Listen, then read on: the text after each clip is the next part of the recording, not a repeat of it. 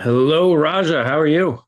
Darren, it's been a while. It's pretty good, Yeah, man. How are you? I am doing very well. It is a rainy day, but it'll go away, I guess. I'm in a rhyming mood. So with that being It, said, let me let a few more in, and then we can sure, begin. sure, So, sure, sure, sure. all right. It's a rainy day in the metropolitan area. You tell me when you want to kick off, and I can start off with a short Bollywood dance. I'm kidding. I think we all would love that. Please go ahead. I just stand up when and that's on the YouTube, but I don't know if if I'm that brave to do Bollywood dance on YouTube yet. Well, So all right, we'll be the judge of that. So let us get started. It is 11 o'clock on a Friday, Eastern time, that is. And I want to get happy and productive in under 60 seconds. So, Raja, please teach us. How do we do that? 100%. So, good morning, everybody. My name is Raja Sampathi. I'm an executive and leadership coach based here in Austin, Texas. I've been in Texas for 20 years. That's most of my adult life. And before that, I come from the land of gratitude and mindfulness, which is India. And today, we're going to be focusing on gratitude, which I think is super cool because mindfulness is very much in vogue now. And when you think of mindfulness, right, there is, of course, that image of a half naked Himalayan yogi freezing, meditating in the freezing cold with his legs contorted. And he's getting into that state of Zen after 20 years. And of course, we have our standard issue Instagram Lululemon girl who's pouting her lips and doing this and making like $1 million. And the yogi is like, what the F did I miss in my life? And I'm in this freezing cold.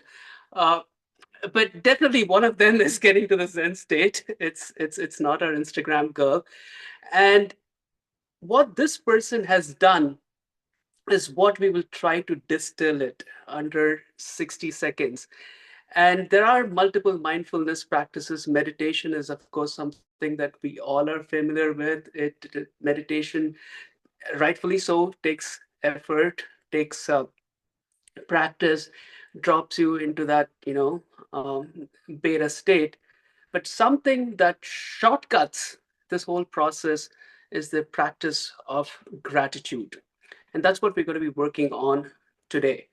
And what is interesting about mindfulness these days in this 21st century that we are living in, and mindfulness, again, mind you, it's not something new, right? It's been a part of like every culture. Of course, the Indians and the Buddhists did a very good job of documenting it, but there are like these Native American sites like 10,000 years old where there are like these hollowed out tree trunks that they show that these people were sitting and meditating. And people, the Shipibos that I work with in the jungles of Peru have very deep practices. The Franciscan nuns, the Sufi saints. So it's pretty non-denominational, and it's been a part of every culture.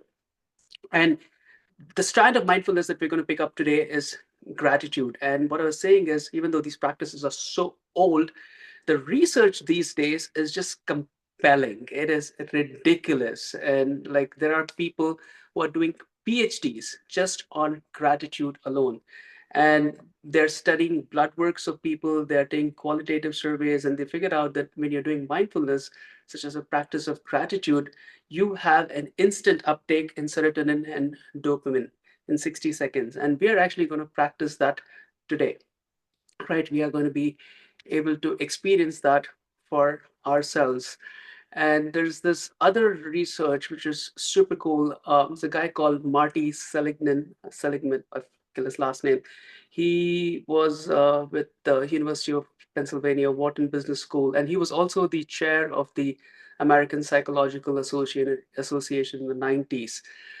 What he did, like when he got into the APA chair, and he's like, hey, everybody's studying, you know, all these psychological ailments like depression and sadness and whatever. And he's like, you know what? I'm going to study happiness.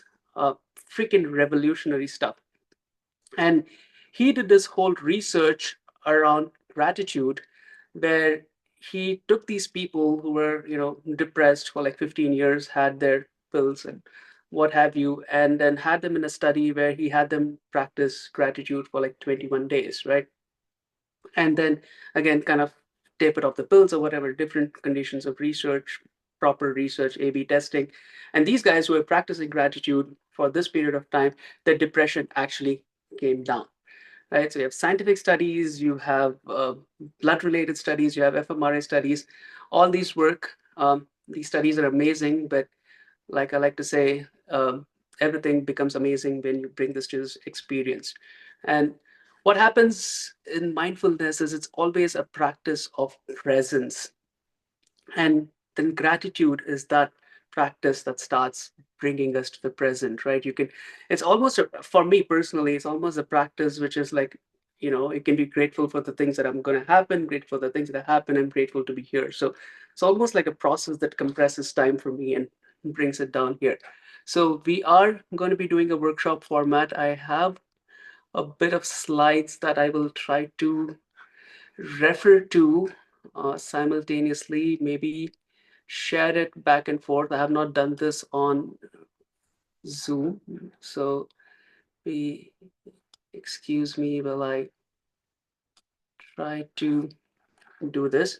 And I don't want to do the slides a lot, so I'll share a little bit and then we'll uh, jump a little back and forth. Okay, so what Yeah, do I you do do have this one? the share option at the bottom. Share option. Gotcha, gotcha. Okay, okay. So I'm doing this, and I'll cancel out the share. Let me know when you guys are able to see the screen. Okay, perfect. Awesome. So today, yeah, we will focus on three things about gratitude. That's a cool thing about gratitude is it's actually got three components, or it's definitely got two components, which is giving and receiving. And I added a third component. Most of us are familiar with giving gratitude. We'll also work today on receiving gratitude, which is pretty cool. And then towards the end, we'll wrap up on how we can actually practice gratitude and make this something which is integral part of our life. And the reason this works, I said, 60 seconds is it's almost instant. We'll find out. And what does gratitude do? Make you happy. What does happiness do? Make you more productive.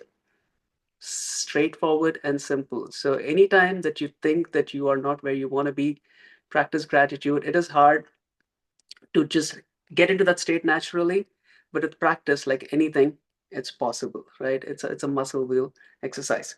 So okay, so here is the slide. So I'm going to request you to go all in, be present here.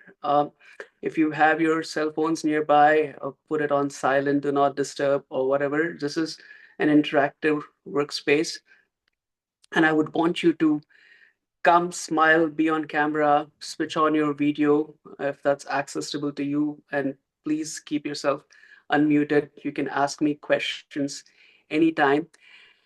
Uh, Couple of things. So I want this to be a judgment. I would invite you to be this a judgment-free space. I have done these workshops, of course, live, of course, on Zoom. Uh, and when you're doing these workshops, so I have taken clients to one-on-one. But when you're doing this in a group setting, what is insane is the learnings actually get multiplied. It's not an additive effect, it's an exponential effect. So when you're sharing things in a group setting, you're like, oh my gosh, that is me, I didn't think of that, yes, that happens to me. And then all of a sudden you're having this shared experience, which again, there are studies, but let's get this into experience, which is like, oh my, this is happening to me, this is also happening to them. And your learning solidifies, your learnings increase, your learnings go up. I mean, how many people are we? Seven, right? So it's not the sum of seven, it is 7x whatever it is. So we're going to co-create magic here together in a few minutes. So, and as we're doing this, please understand this is a mindfulness exercise, and I'm requesting you to go all in, be present. You get out as much as you put in. The judgment free zone becomes important because you don't know what's going to come up for you. And then you end up sharing it, and then you're like, oh my gosh, what is somebody going to think? But please, I invite you to be, again, use your agency to share what comes up, because again, that is where your growth, and this word gets thrown around like candy in the spiritual circles, but healing is, right? So, uh, ask me questions anytime. Without, if not that, we'll jump into an exercise that I've designed, or I copied. Everything's copied, I guess. So, any questions, Tim, Kelly, Andrea? All good. Awesome, awesome, awesome, awesome. And thank you all for showing up this Friday morning. You could be anywhere else, but you decided to be grateful with Raja. So that should be a hashtag. That's me. By the way, Raja, I will let you know that a lot of our members will watch this after. I get Beautiful, commentary after. So beautiful, yeah. beautiful, beautiful. I'll share my chicken scratch slides with you later also. So it's just I used to be really this is what happens when you take a former management consultant. I mean, this is I used to be really good at making slides, and they were like pretty and sexy and all that. And I quit. I'm like, screw this. Did this for a living. I'm not going to make pretty slides anymore. Just write shit and then throw it on the board, right? So what slides are overrated, so it's okay. Yeah, exactly. Oh, quick thing about gratitude and spiritual people, right? It's like I am slightly on the woker scale, but I like to just mess on with woke people all the time because just snowflakes. But oh my gosh, are we going to get canceled, Darren? We'll find out. You know what? If you know my personality, I wouldn't cancel anyone. No, no, you It and is me what it is. together, I meant. Yeah. We're going down, right? I'm the scrappy kid from Long Island that had a sense of humor and was able to self-deprecate. Right. I was So, born in Long Island, Darren. There you go. I was from North Belmore. I was born in Hempstead. So there you go. We're both from the ghetto. Yep. beautiful. I think Kelly and Darren, you kind of segued us to the game that we're playing. So the way I usually play this game when I'm doing this in real is, and we can just think about it, right? So imagine that you're like standing in a circle, and this is a game of trust because we are building this container of trust before we get into some of the deeper work. Is you want to share a tiny secret about yourself, not something crazy again, agency, agency, agency.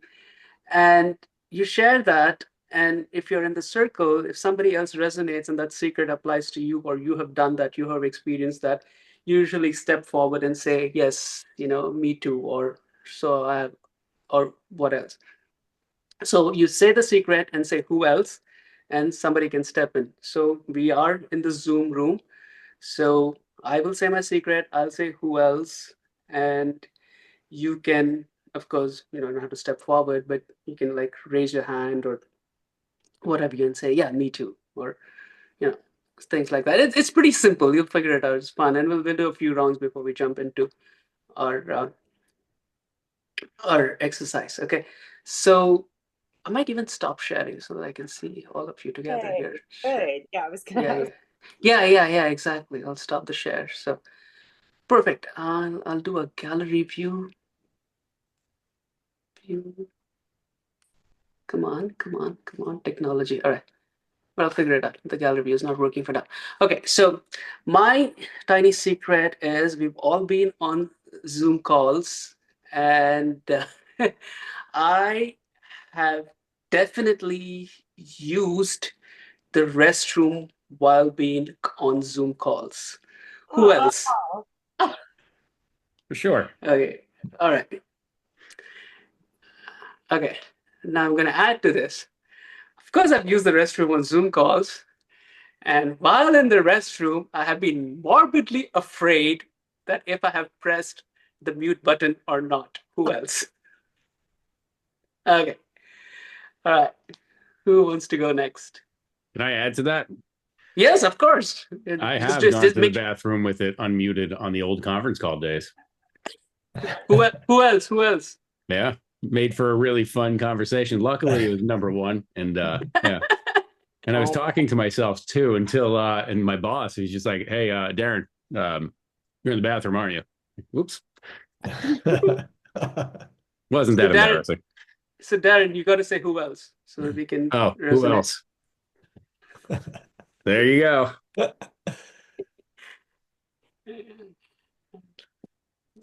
Do I go again? Now I You say can nothing? you can go as many times as you want. So Um, anyone can jump in. So let's see. I don't really have many secrets. My third kid was an accident. How's that one? Complete accident. We've told her too. You told her? Yeah, why not? Our family, if you're not open and honest at all times, like, hey, listen, you're lucky you're here. We didn't want you, but she's got a good personality. Who else? any If I accidental wasn't kid. if I wasn't an executive coach, I want to be one of those old-timey lounge singers that sings with those sequin dresses in one of those jazz bars that's all smoky and everybody's drinking whiskey. I can picture that. I think you would do awesome at that. Yeah. Except that I'm tone deaf. Oh, that kind of ruins it. Yeah, not a good singer. I mean, like when my husband and I were dating, he was in Virginia because he was stationed there. He's in the Navy, and I was living in Florida, and we would watch American Idol together, like, on the phone. And I would always say to him, like, why haven't those people's family told them that they suck as singers? Don't go on American Idol. So the first time we did karaoke together, I come off the stage and he goes, "Baby, I love you. Don't ever go." Honesty. Brutal honesty. Anybody else? No, of course not. Who else? Who else is an honest partner? Uh, yeah. Yeah. My wife and myself, I guess when our kids suck at something, we're not like those doting parents. American Idol. I've told my kids they're absolutely horrible at stuff. You're not going to be the first female MLB player. Not happening. Just look at your parents. It's just not happening. Yeah. Yeah. I mean, that's fair. I would want to know that, right? Yeah. Rather than Right. the kids to practice and stuff. Yeah. So wait a second, Darren. Was that about saving yours and your wife's chauffeuring around, or is that really true? I'm glad you said chauffeuring because that's what you are as a parent, is an Uber driver who doesn't get paid and the tips are lousy. No, I have 3 daughters, so it's a You're lot. so lucky. Yeah, this is vodka. No, I'm kidding. PJ, Tim, anybody wants Yeah. to go next? Yeah. So I have my secret's kind of an odd one, but maybe you guys can identify with this. So, I have an unnaturally deep fear of spiders. Unnaturally deep fear of spiders. I would say I have a level of an arachnophobia that is probably, I won't faint, but I'll sweat. My knees will buckle a little bit, and it could be the smallest spider. To give you some perspective, I used to be a professional fighter, so I would get in rings with titans. But if I was across from a spider, I'm running every time. Every time. Yeah. I'll get on a table. Spiders are good luck. You know that, right? Well, it's funny. If I see a spider in my house, I will usually use my daughter's out of the house now, but she used to be the one that would pick it up and toss it outside. My mother always taught me never kill a spider inside of a house, and in fact, never kill a spider in general. And so the thing is it's funny. I can watch shows about spiders and not have any fear. They skeeve me out a little bit, but I also understand that they're amazing animals and they have great qualities. They're alien-like almost. If you look at the animal kingdom, the spider is almost like an alien. It has 8 legs. It moves extremely fast in relation to, the size of a human comparatively. There's many different types. There's jumping spiders. There's web-borne spiders. There's some that are venomous. Some that shoot little spines out of their arms. Amazing animals. But also, my dad was a wound care doctor and a plastic surgeon for many years. And I used to see the wounds that a brown recluse would leave on someone's arm. And in many cases, I saw my dad over the years get wounds that were so severe that would go into the bone. And now somebody's losing their arm because they came 3 weeks after a brown recluse bite and it just started to fester.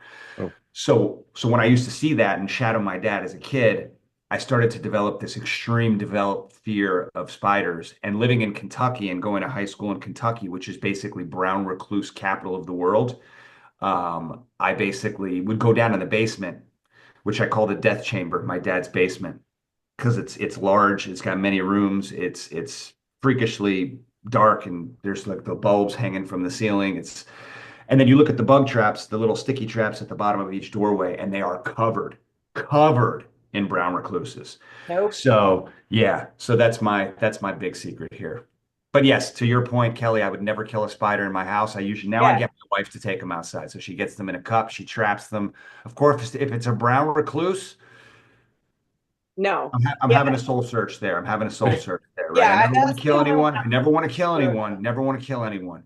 But a brown recluse in my house gets into your shoe, you step on it, bites your toe. Now you of. got a problem. So Yeah. I have to do what's PJ, best I agree with you for on the the brown household. recluse because we Yeah. had a shed in Virginia and they were like all in there. That's the only one I'm scared of Yeah. is that one. Black Widow and Brown Recluse. I'll tell you one more funny story. I rented a house in East Stroudsburg, Pennsylvania, to go do some weekend hiking with my wife. And when we got there, the instructions said to go to the garage and that there would be this doorknob and a little keypad to get inside to then turn on the boiler so that we would have hot water and heat. Well, when I got there, I called the guy and I said, "Hey, look, man," I said, "I can't get into the doorway." He goes, "Well, is the security system working?" And I said, "Well, I'll be honest with you, bro. You got a Black Widow that's basically Ooh. on the doorknob." I said, "Your security system's working real well right now." I said, "It's Uh, A-okay, dude." I said, "You got the best security system in the business yeah. because you got two Black Widows, one that's on top of the lock and the other one that's on the doorknob, and I can't get in the house, so it's working." Yeah, man.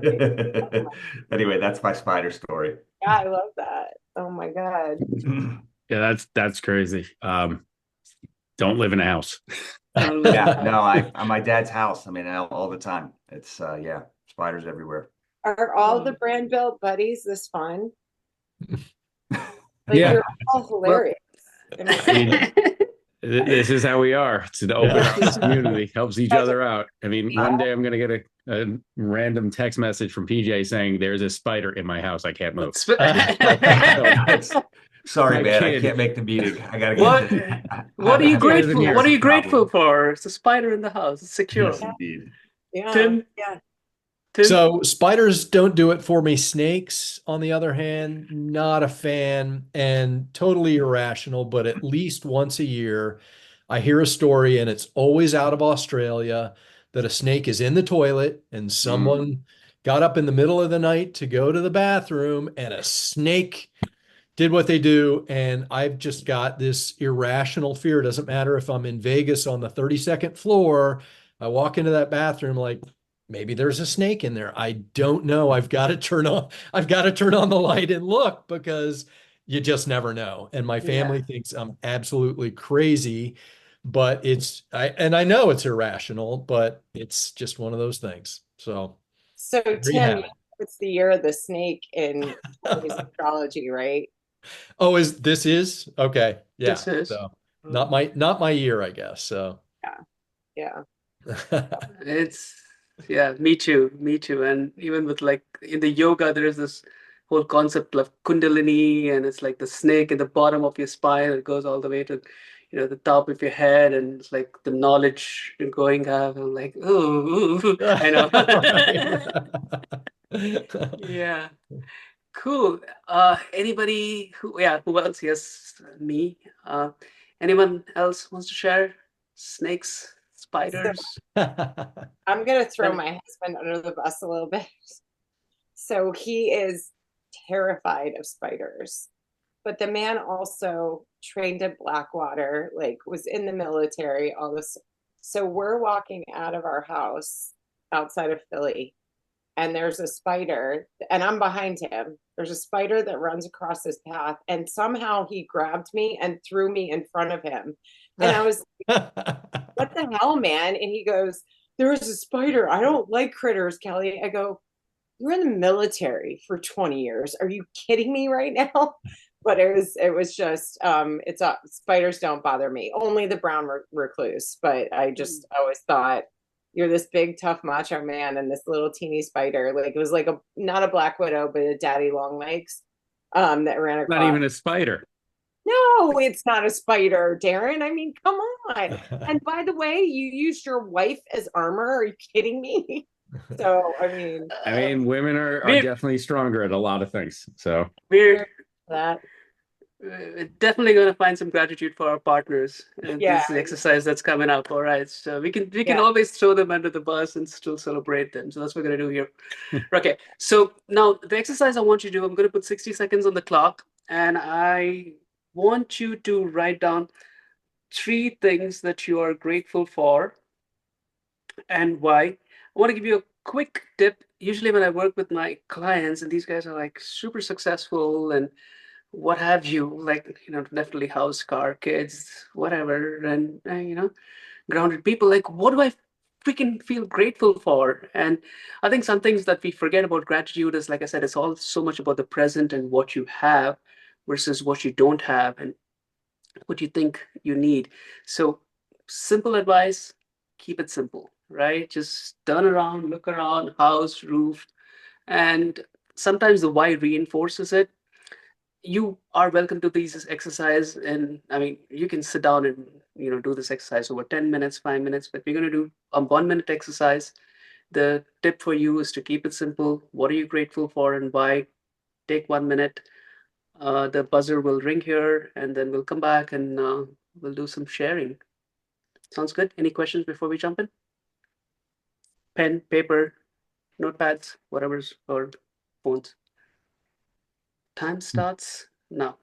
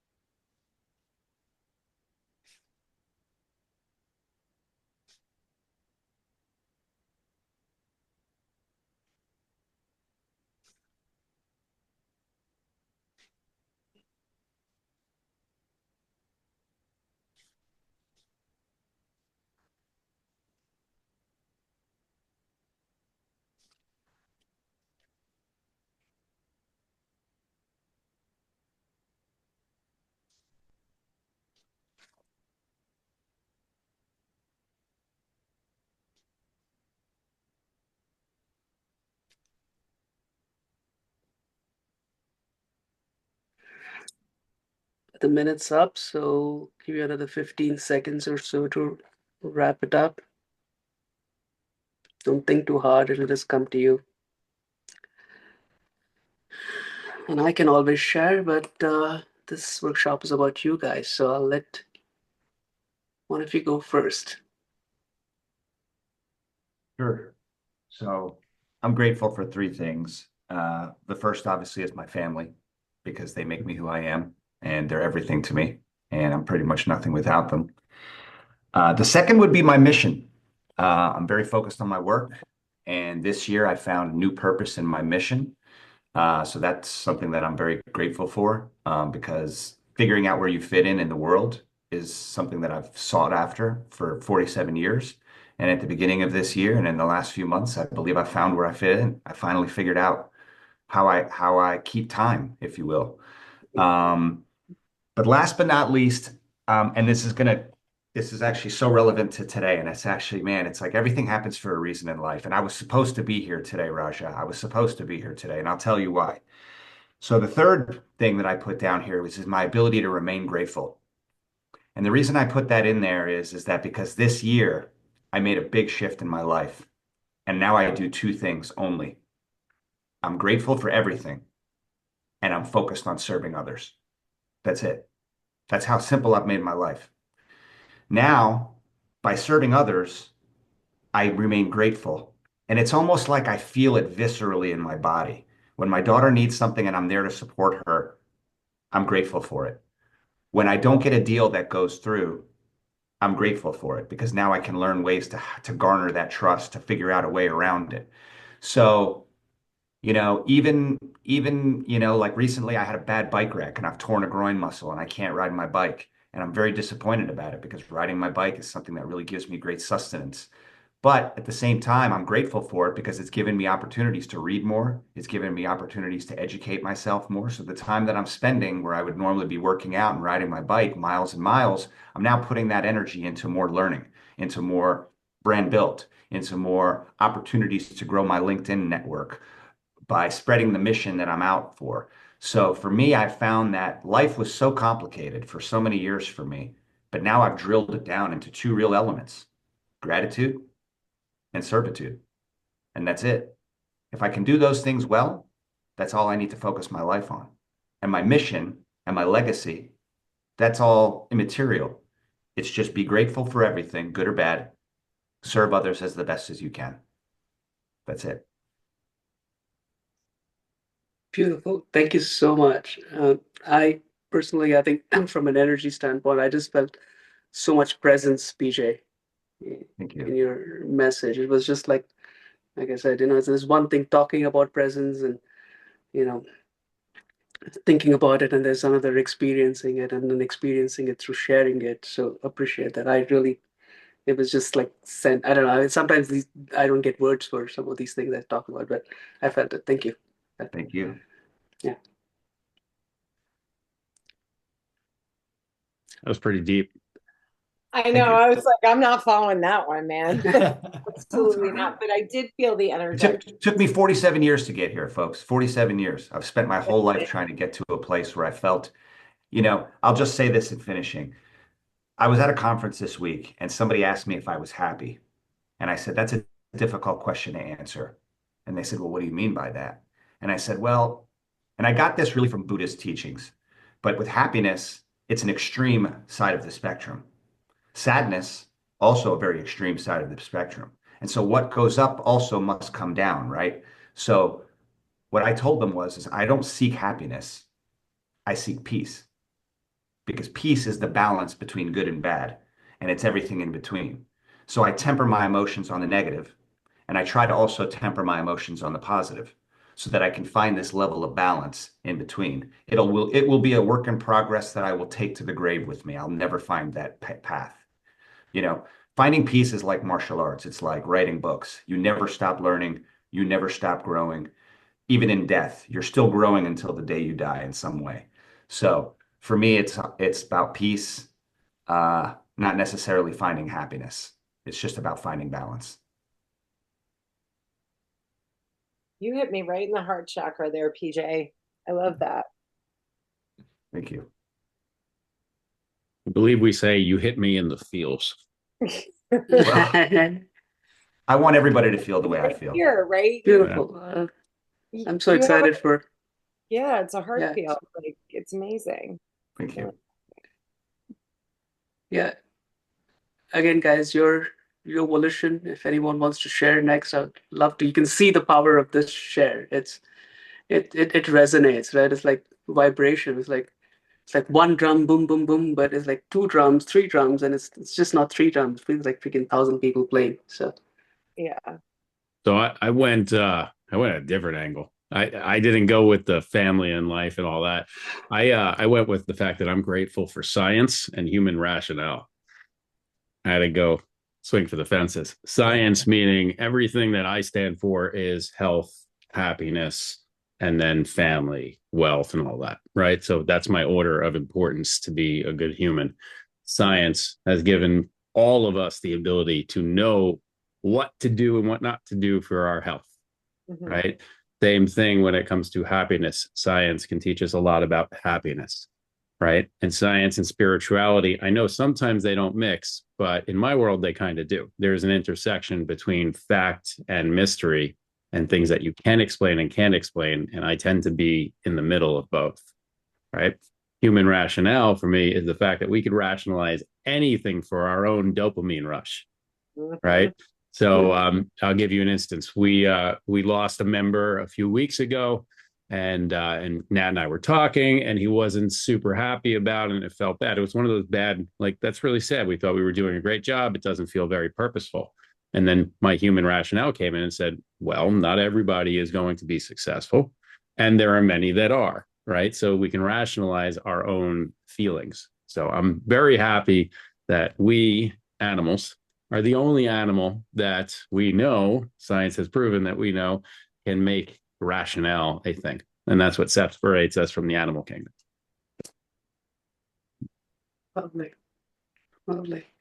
I think that's the interesting things about these practices, and looks like I could tell some of you have your own mindfulness practices, and it becomes so internalized to who you are and what you're seeking, and then ultimately, I guess, then becomes like mindfulness for me has been like, what are you putting out? Yes, you have your own practices, and you do what you got to do, right? Whether it's prayer, scripture, meditation, but then you come out and you're treating yourself with kindness and those around you. And as PJ said, you're in this mode of service, and it's all like, Darren will excuse the use the word again, but rationalizes together. It's amazing. Thank you. So I'll go next. Today is my Aunt Ruth Ann's birthday. She turned 76 today. There were four children. She's the last one left. My mom's been gone for 17 years. My aunt lost her husband in October. And, we've always been very close, but over the last 6 months, we've spoken every day, and I've grown much, much closer with her. She's sort of very close to my mom, and we have these great conversations every day. And I'm just it's sad that it was the death of her husband that sort of, and my uncle that was a catalyst for a daily, conversation. But she's just such a wonderful, giving person, and I'm just so grateful that she's in my life. So I'm very, very grateful to have her. My health, and this is one thing I talked to my daughter about, because I almost feel guilty about it, because one of the reasons I'm so grateful for it and I feel bad about it is that I see others that, for whatever reason, don't have good health and that are my same age. And a very good friend of mine is going through cancer, and it's just such a horrible thing. And she's got such an amazing attitude, about this. But I feel guilty for feeling relief that it's not me that's going through this. Um, and so that's something I try to deal with every day. Like I don't want to feel gratitude about not having cancer. I want to feel gratitude that I am healthy and that I'm Mhm. able, and that comes up on Brand Built a lot. Like, life is hard, business is hard, lots of things are hard, but today is your day. So don't think about what you don't have, think about what you do have.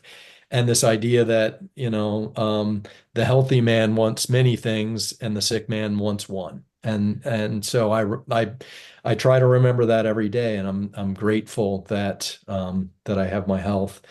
And because I live in Cleveland, and it is the second most cloudy city in the US, the sun is shining today, and it is amazing how much difference. I lived in LA for 25 years, and I did not realize how happy the sun makes me. And it's a beautiful day outside, and the sun is shining, and we've got blue skies, and I am grateful for that. So those are the three things that are making me grateful today. Beautiful. I didn't know Cleveland was the second most cloudy place. And the rumor was the reason that Akron and all the rubber, industry came here was that it was a national security. They were afraid that the Germans or the Japanese would bomb, and without the rubber, the war machine would stop. And so they looked at Cleveland, which was close enough to the lakes, but was also cloudy and provided enough air cover, that's one of the reasons why rubber and tires came to this area of the country, because other and Portland was and Seattle were a little too close to the a little too close to the coast. So Oh, Cleveland, for whatever reason, We have a lot of gray days here, Learn something new every day. I went to right? school in Rochester, New York. I always thought that was the grayest place ever. Okay, right. It's probably right up there, right? Yeah. By the way, I spilled an entire cup of matcha green tea on my keyboard. Oh. Why we Ouch. got the splash. I've been Like, trying to do that cleanly, but here it is. And Oh, luckily, I had a rag. oh, bummer. you're the Yeah. right. Yeah, still working. Kelly. So before I mention my three, I want to speak on behalf of women here. You all know what Sunday is, correct? Mm-hmm. And you Mother's all Day. have stuff to do for your wives, right? Yeah, And you she know wouldn't the let one us thing- not. Okay. And you also know that the one thing they probably want is to be left alone. Okay, cool. Awesome. Yeah, I've done my duty for the sisterhood. Okay. So Can we highlight this part of the recording, Darren, when it goes Sure, online? Yeah, sure, yeah, absolutely. yeah, I absolutely think so. And I thought, yeah. well, I guess candidly, I always thought my wife was the only one that on Mother's Day wanted to be left alone. To celebrate the holiday. I thought it was the opposite. I'm glad that she's not alone here because that's what she's going to be doing. Yeah. And also don't ask her where she wants to go to dinner, just decide. Have you been speaking to my wife? Oh, but I just doing this work for 16 and a half years, hundreds of clients, thousands of hours, you learn things. And I also like you guys, so I want you to stay safe when Be it comes to successful, right? Thank you. being successful. Yeah. Yeah, absolutely. Okay, because I'm an overachiever, I did 4. I hope that's okay. Beautiful. Okay. So the first thing I was grateful for, because I was trying to stay present, was the new brand built buddies that I have here, because I didn't realize how sensitive and emotionally intelligent and funny you all are. That just makes me really happy. And to be here on a Friday, and thanks, Tim, you sent us shitty weather, but I was actually thinking I actually like the rain. The second one is, and he's really at the top of my list, is my husband. It's our 16th wedding anniversary tomorrow. And I always ask him the same question every year. I'm like, how are you still here? And he always says, because I'm a very patient man, Kelly. But, and I did have my phone flipped over, Raja, so forgive me, but I flipped it back over and he's like, are you available tomorrow at 1:30? And I didn't even answer. And he goes, never mind, you are, we're getting a couples massage. So I love that. He makes me laugh. Like, he's the funniest, and he's my best friend. So there's nobody I'd rather hang out with. So I'm very grateful for that. And then our animals. So you probably saw our golden retriever who's laying behind me, and I've got a 11-year-old deaf Cavalier King Charles Spaniel that snores like an old lady with sleep apnea.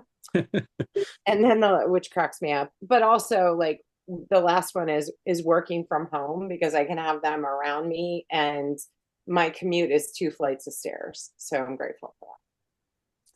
Super cool. Thank you.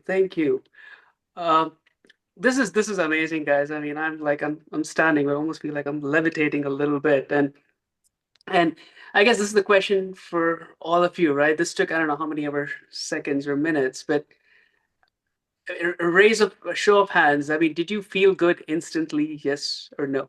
Yeah, sure. Mm-hmm. Yeah. Perfect. Yeah. So that's exactly the point. And that's exactly the point. And what's also interesting is this is it's no pill, right? It doesn't need any dedicated time of putting 15 minutes on a calendar and meditate. Please meditate. I request all of you, or recommend all of you to meditate. But if you can't, like I said, this is the distillation of this whole mindfulness practice. I'm going to go into receiving gratitude, and that's a little pushing, will be pushing you a little bit, but a couple of things on giving gratitude, right? Don't make it transactional. What I mean is, it's a term for it. This is crazy. Everything that's being discussed in all these old literature and religion and whatever, everything's got a new research and a term for it. It's called arrival fallacy. It's oh, I do this and then I'll be grateful. I mean, that shit never works, right? Similar to that, there's this thing called counterfactual thinking, which is which is something I think somebody spoke about, comparison and grateful for what you have. It's I was like, oh shit, he's a lawyer and he has $1 million and this house on Long Island and I want that. And now you're like programming yourself misery. And there's this downward counterfactual thinking where you encounter a homeless person and then you're like, oh, I have something that they don't have. And you're definitely feeling grateful for that. And that's not a bad thing. I don't think, I mean, of course, the first upward is like sucks, the downward works. But this is the crazy part is what really works, neither is gratitude, which is then again, like you've seen it, it becomes such a personalized practice for yourself and your presence. The second thing I want you to watch out for is called hedonic adaptation, right? If you used to traveling in first class every time and then you go and then you sit and have you ever sat next to somebody in coach and this, entitled person's used to sitting in the first class? Like it is a shitty experience. Like they're like complaining all the time and this thing and like you gotta now pay for the nuts and the drinks and whatever. And like, oh my gosh, like where did you come from? Like, have you been to India? Uh, yeah, All right. about So perspective.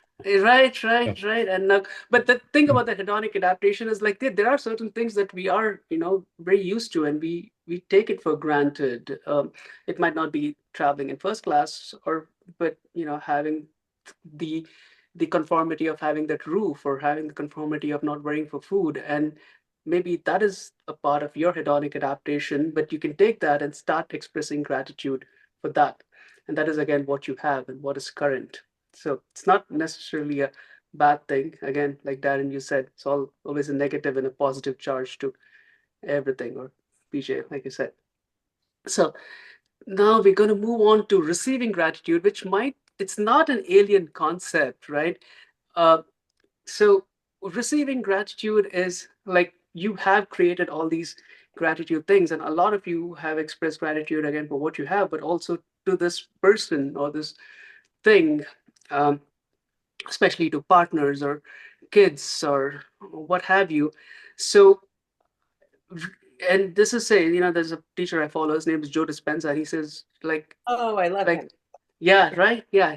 And He he's says great. like, he's great, right? So it's like, receiving and, it's gratitude is the ultimate state of receivership. So like, for example, if you've helped out a homeless person, given them this thing, I know some people call it unhoused, and my girlfriend gets like mad. It's like, oh, it's unhoused. I'm like, sure, if that gives them a roof over their head, call it. I'm unhoused. But yeah, woke peoples. But so Raja, with I have a quick question. I'm sorry to interrupt you, go but ahead, you go ahead. you said something. Gratitude is you just said it. Gratitude is the ultimate state of receivership. There it is. Thank Yes. you. And it's Joe Dispenza who said it. I'll send you guys my chicken scratch deck over. Now, what is interesting about receivership is I think it's all of us have this thing of like, oh my gosh, if somebody said something good to me, what do I do? Right. And coming back to this counterfactual thinking, like growing up in India, I mean, it's gotten better, but used to be an absurdly poor country. And we were very fortunate to be very decently middle class, right? Having our roofs and food and whatever, both my parents uh, work did well to provide for us. But you'll say, if you didn't eat your food or whatever, and they'll say like, oh, think of all those people that don't have food. Yeah, don't do that. You guys can't do that. I can do that and get away, right? uh but that's the thing. It's like uh and now when you're in that state, and when somebody says thank you for something, and now you've been programmed like this, and now you're like, oh, it's okay, it's something that I would do nonetheless, right?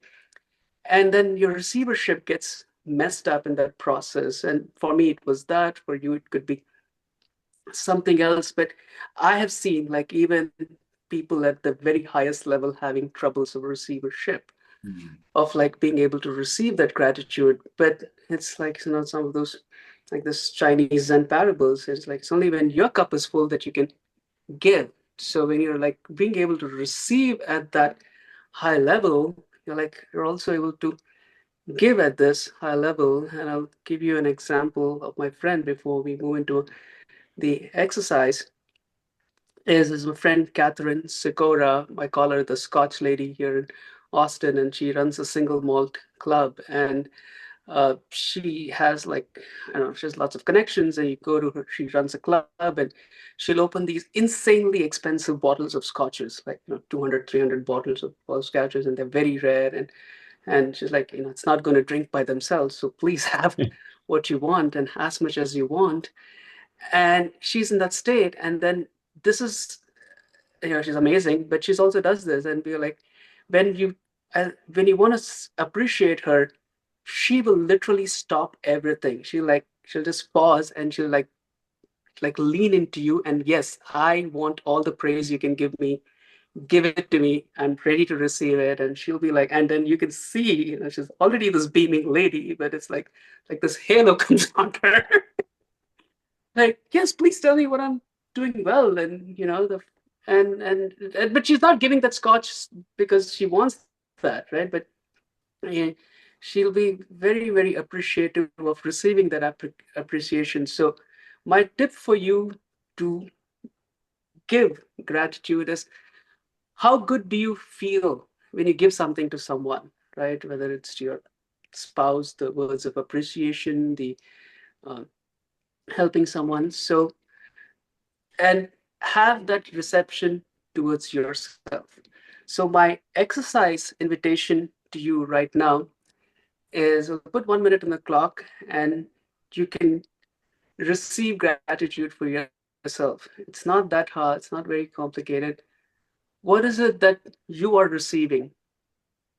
Well, you could be, I mean, I guess, PJ, I'm just giving you this thing. PJ, you're an excellent husband, father. Darren, same thing for you. Kelly, you're a great coach. Anything.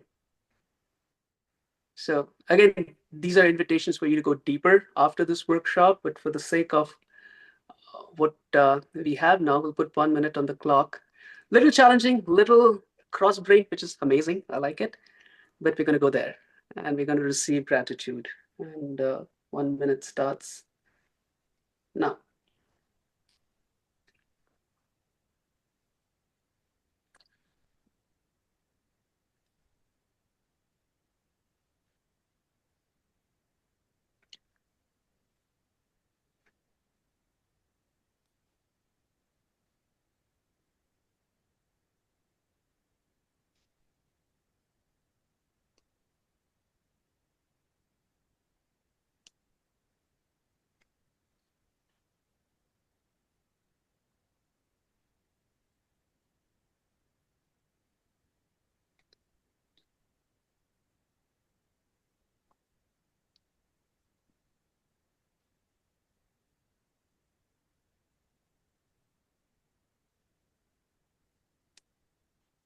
Put 15 seconds to wrap up.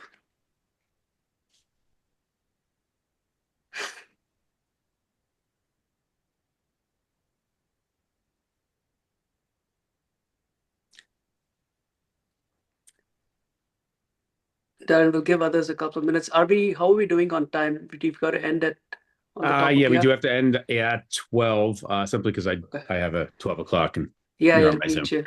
Okay. Yeah. Right. So let's go around.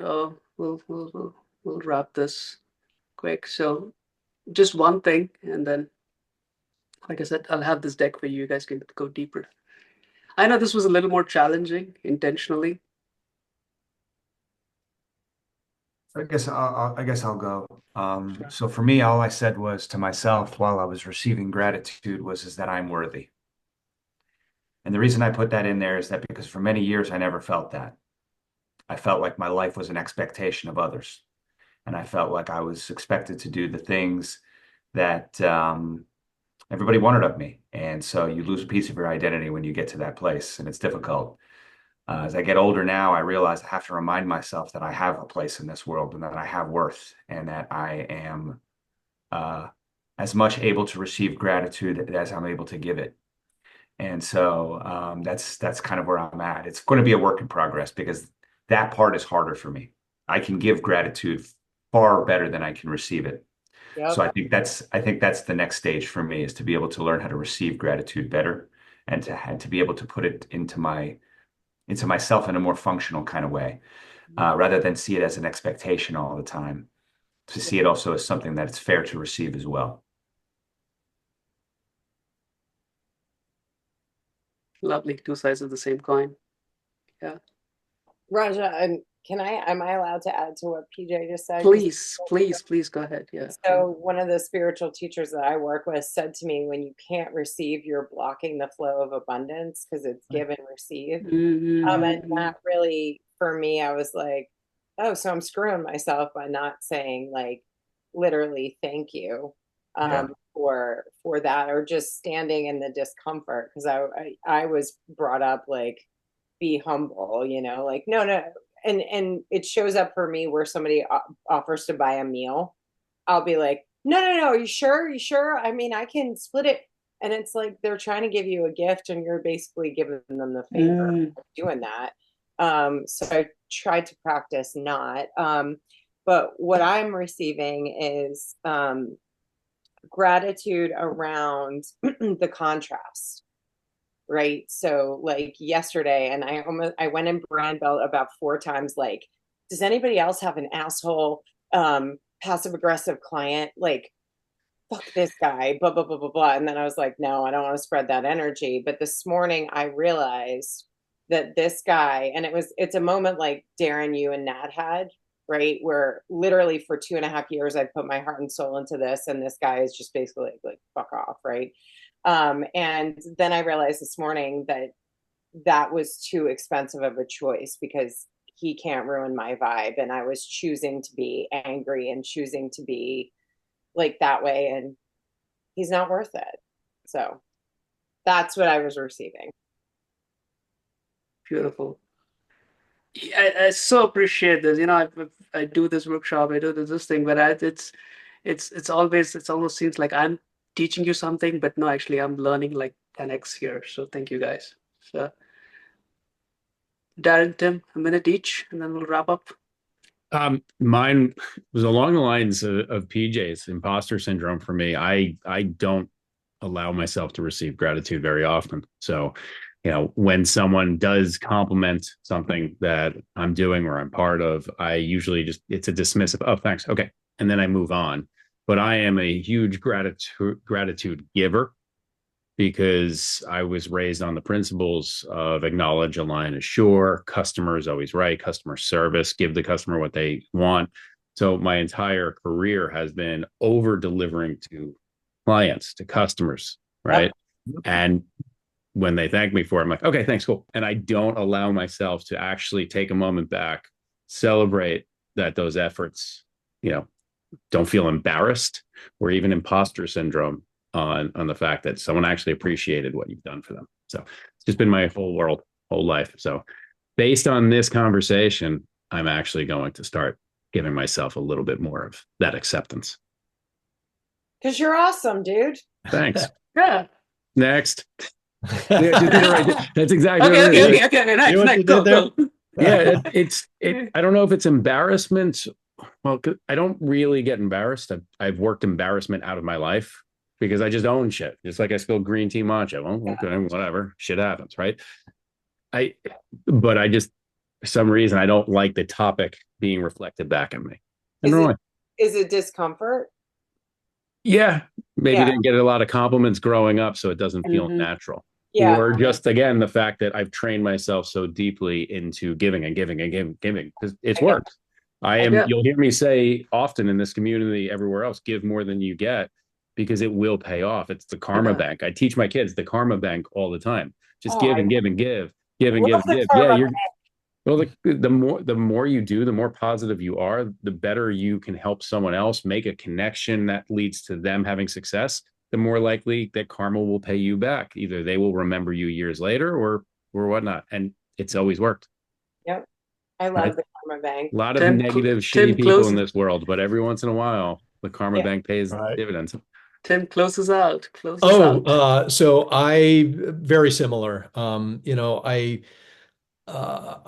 daughter beats up on herself and like, you are so wonderful and so beautiful and so talented, and please, it's like having a bully living with my daughter. I don't like you, doing this. And I'm always giving her praise, But then when she tells me you're the best dad ever, and you're like, I have that like, I'm not really, I'm like the average dad or whatever. And I feel like I'm not accepting and I'm not being true to what I'm telling her. Like, love yourself or no one else will. And yet I block that and uncomfortable sometimes. So every day now we share what's the one good thing that happened? What are you thankful for today? And it's a great conversation. And most of the time it's like, this moment right now is the thing that I'm most happy with because I get to spend some time with you. So You're a good dad, Tim. Beautiful. I think by default, all of us dads who work from home, especially who are in our children's lives, we're already right. miles ahead of Right. the dads before us. Right. And And that's why I sad. did what, because I don't want to miss it. Right. It goes way too fast. So Sure. I want to be here. And So honestly, I yearn for a dad like you. My dad wasn't around a lot. We So- all did. Yeah. All right. We do have Right. to wrap though, Raja. All right, guys. Absolutely. Okay. Thank you, Raja. This was wonderful. So beautiful. Thank Thank you guys for participating in this with me. Go out, give, receive, live happy, freaking do amazing things. Thank you all. And Raja, so appreciate it. Raja, this was awesome. So I would invite you to do this again sometime, and hopefully we can Hell get yeah. some more people actively on, because I know people will watch this, but this is more of an active session. Right. And it's Yeah. really helpful, Right. especially in the community, just to open up with each other, and you learn more about each other, which makes you top of mind when it comes to business too. Right. Referrals, recommendations, networking. So what this is Without about. a doubt. All right, You everyone. rocked forward. it, Raja. Well done. Thank you guys. Thank you Thank guys. you. We did Thank this you. together. This Namaste. magic together. Friend Bill. Namaste to you. All All right, right. Cheers bye. now. Bye-bye.